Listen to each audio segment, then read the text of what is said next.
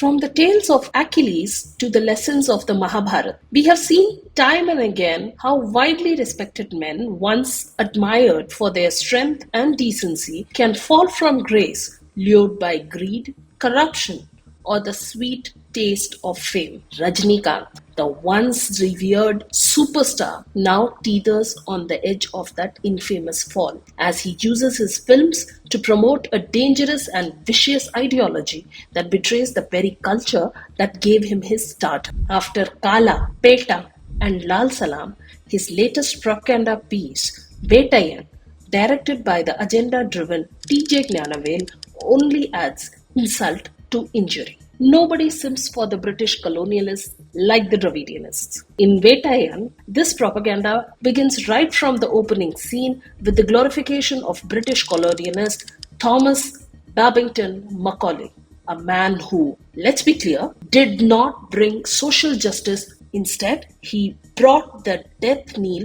to our ancient knowledge systems. And yet, in this film, we see Macaulay as the harbinger of equality through education, a man to be celebrated. Let's be real, Macaulay did not bring education to India. He brought subjugation, cultural erasure, and the seeds of inferiority complex.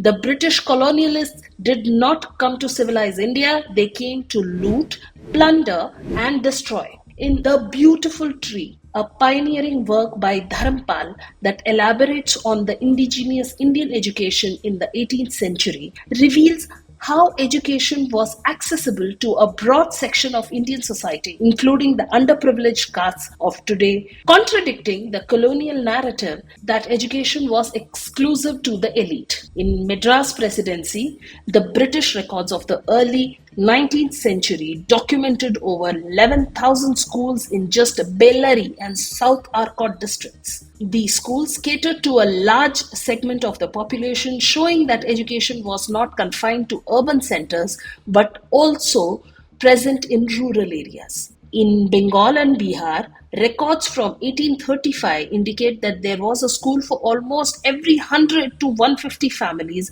suggesting widespread access to education. In Bombay Presidency, data from the early 1820s showed that nearly 30% of the boys in the region were in the school. What Rajinikanth's latest film conveniently ignores is the rich, thriving, egalitarian education system India already had before the British ever set foot on our soil. Gurukuls, universities like Nalanda and Takshashila flourished long before Macaulay's ancestors even could read or write. In fact, Macaulay's policies were designed to dismantle these systems and replace them with an education model that would create obedient servants of the empire. His goal? To produce a class of people who were Indian in blood and color, but English in tastes, opinions, morals, and intellect. What did that lead to? A society where our own people began to view their culture, their heritage, and their knowledge as inferior.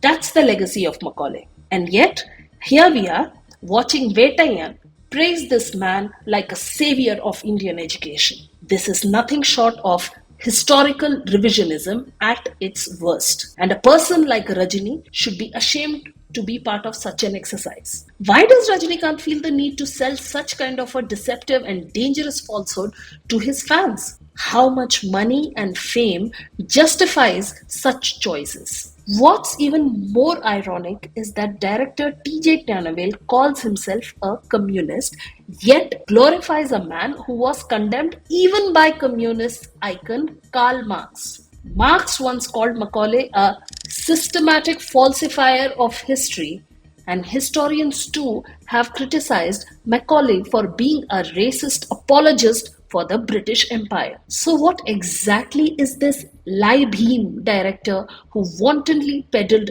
hate against Vanniyars and Brahmins in Jai Bhim trying to achieve now? When the truth is inconvenient, men like Gnanavel turn to fiction to peddle their vicious agenda. For those of you who want to learn about true heroes in Indian education, please search for names like Dadabhai Naroji, the grand old man of India who fought tirelessly to expose the hypocrisy of British rule. Nauroji wasn't a man who peddled lies to curry favor with the colonialists. He stood up to the empire, exposed the drain of wealth, and demanded justice for India. When Nauroji entered the British Parliament in 1892, it was not to praise the British for their so-called benevolence, but to hold them accountable for the impoverishment and starvation they had caused in India. If anything, Nauroji's work highlights the failure of the British rule, including their disastrous education policies, not its success. Let's go back to Rajinikanth's latest work now. The film presents illogical and irresponsible scenes such as a petty thief making millions by exploiting fake QR codes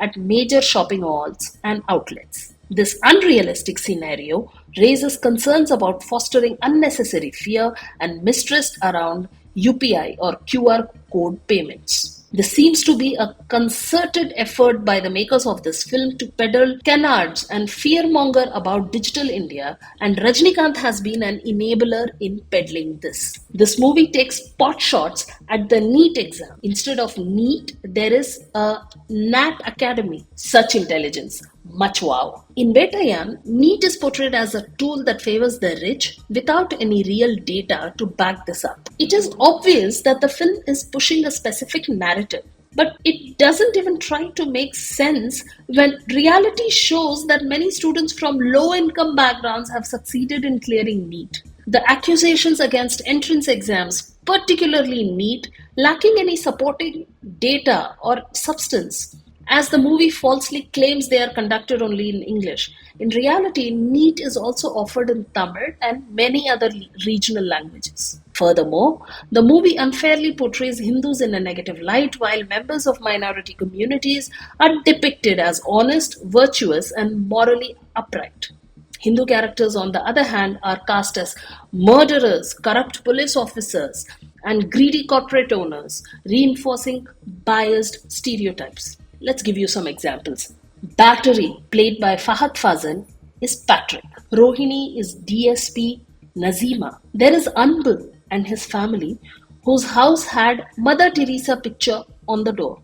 Then there is kind-hearted Muslim man who gave his house for investigation office. Tamil Nadu Home Minister Ratnam resembles a Dravidianist politician. Now let's take a look at the bad guys. Kishore as SP Harish is corrupt. Anantnag as ASP Ram is mean and inefficient. DGP Srinivasan is mean and corrupt. Rana as Natarajan is a white-collar criminal and murderer. Abhirami as Shweta Dakshinamurthy is a mean flirt and a sidekick of Natarajan. Then there is a central education minister whose name flashes with Indian flag when he calls Natarajan on his phone. Vettaiyan is not just a film. It is a dangerous tool of cultural erasure and anti-Indian Dravidian propaganda wrapped in the cover of entertainment. It is a poison in the form of payasam. The poison-laced payasam may have been made by Gnanavel, but Rajinikanth is the one who serves it. This is the hero who has fallen from grace, not by accident, but by choice. And that's a wrap on this episode of Cut to the Chase with the Commune. You can read our news and views on our website www.thecommunemag.com. You can also engage with us on our social media platforms whose links are given in the description box below.